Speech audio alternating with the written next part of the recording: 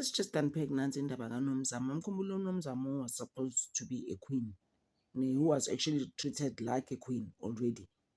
And people are complaining ukuthi hayibo, kanjani when you have 3 children, how can you marry a king? Because she was supposed to marry King Mesuzulu, kaZwelithini Zulu.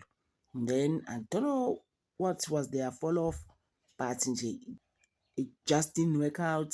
And sisters apparently, but she tried to unalive herself. But guys, I was just like, yeah, it was actually heavy on her. Because if you remember, they even took security from her, the bodyguards that she was going with everywhere, they took them away from her.